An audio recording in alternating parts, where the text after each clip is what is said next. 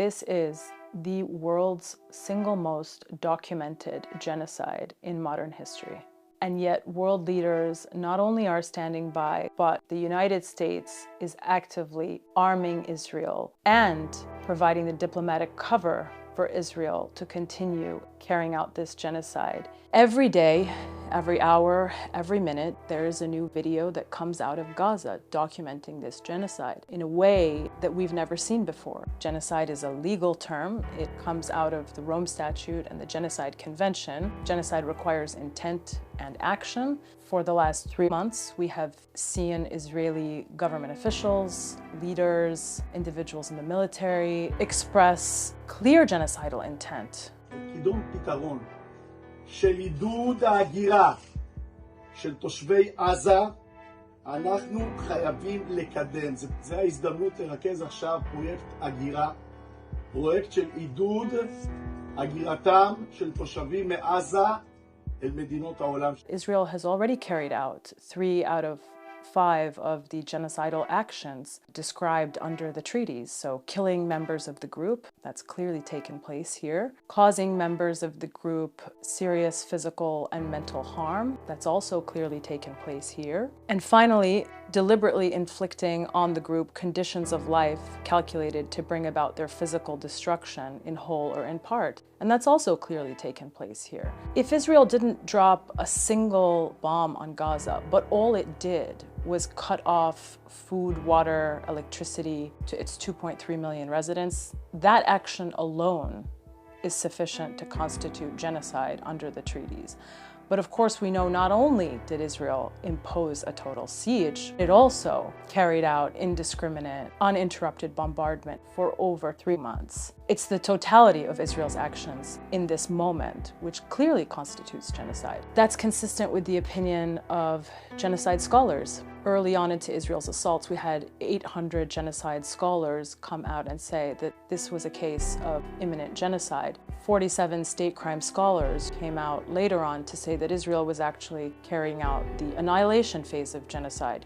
We know that Israel is also committing the crime against humanity of forced displacement. They have uprooted 2 million of Gaza's 2.3 million population and displaced them from their homes. And they've also destroyed over half of all the buildings in Gaza. So these are people who, even if today there was a ceasefire, would not find homes to go back to. Israel has violated every law of war that exists during its genocidal campaign. It has violated the law on proportionality. They have violated the law on distinction between civilians and combatants. They have violated all of the laws which guarantee the safety of civilian infrastructure and also infrastructure and personnel which are supposed to be protected, like hospitals and health workers and journalists. Israel is very much at war with the United Nations. Israel has also treated with contempt any statements coming out of the United Nations attempting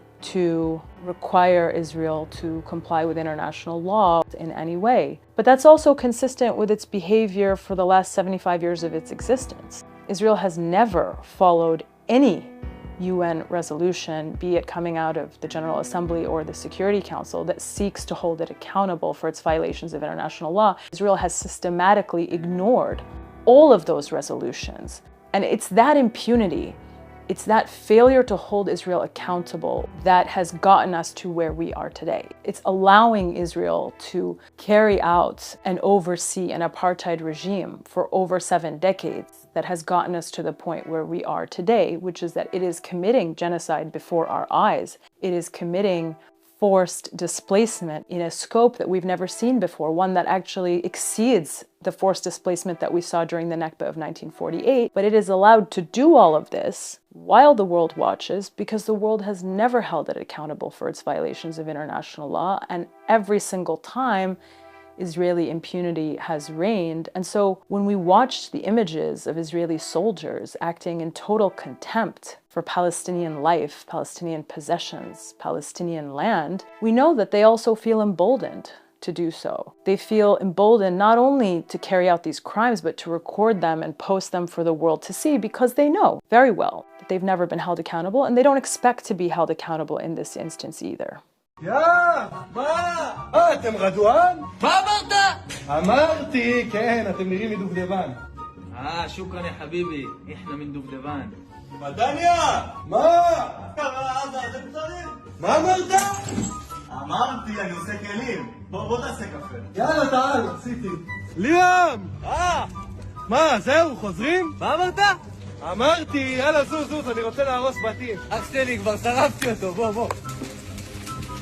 And under the Genocide Convention, we know that states not only have an obligation to sanction genocide once it's happened, but also to prevent genocide, leaving aside entirely the role of certain states like the United States, which are actively responsible for this genocide through the provision of arms and unlimited funding and diplomatic protection. We should see many more states cutting all ties with Israel. We should see many more states applying sanctions against Israel. We should see many more states actually seeking to freeze Israeli assets and apply real serious points of pressure in order to try to compel Israel to comply with its international obligations. But the prosecutor, Karim Khan, has sat idly while he has received petition after petition calling on him to investigate this ongoing genocide and calling on him to issue arrest warrants like he did when Russia invaded Ukraine. It's only right that when bullets are flying and bombs are landing and destruction and mayhem is the staple diet of too many of the most vulnerable people, the law needs to be on the front lines, and we're not going to wait or be pedestrian when the law has to be seen in action.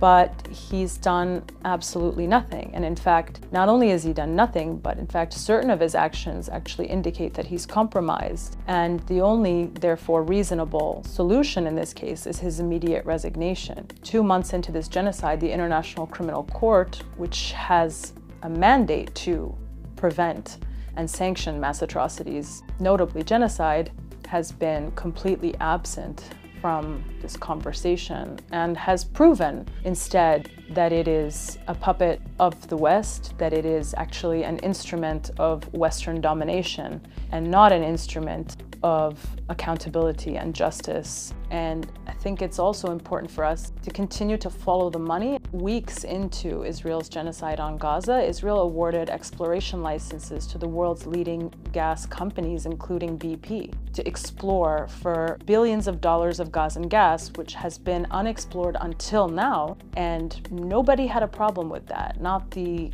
companies who were recipients of these exploration licenses, not the world who watched this happen. People need to understand that the natural resources on occupied land are the property of the occupied people under international law, not of the occupier. But yet Israel has no problem in committing a clear violation of international law yet again because it knows it'll get away with it. So what's left of international law? I'm not sure, because every time Israel breaks the law and is not held accountable for its violations of international law, it actually weakens international law. It creates a new precedent by which any state at any point in time going forward can point to Israel's actions in the past and say, well, if Israel targeted a hospital, if Israel killed over 80 journalists, if Israel can assassinate intellectuals and writers and thinkers, then so can we. Because in fact, that rule is not an absolute rule. There can be exceptions to that rule, as we've seen Israel create many exceptions. And those exceptions were considered legitimate because nobody ever held Israel accountable. So it's really important for people to understand that every time Israel gets away with a crime, it weakens the protections that are available for all of humanity.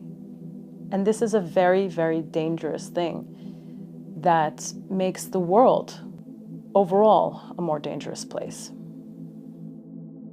It's so essential in this moment to center Palestinian voices. We are credible narrators of our own lived experience, and unfortunately the corporate media does not allow us to present our lived experiences to the world and to contextualize our realities. That's why it's so important to support alternative media that does give Palestinians a platform, amplifies their voice, and allows them to tell their stories. Join the future of journalism. Join Double Down News on Patreon.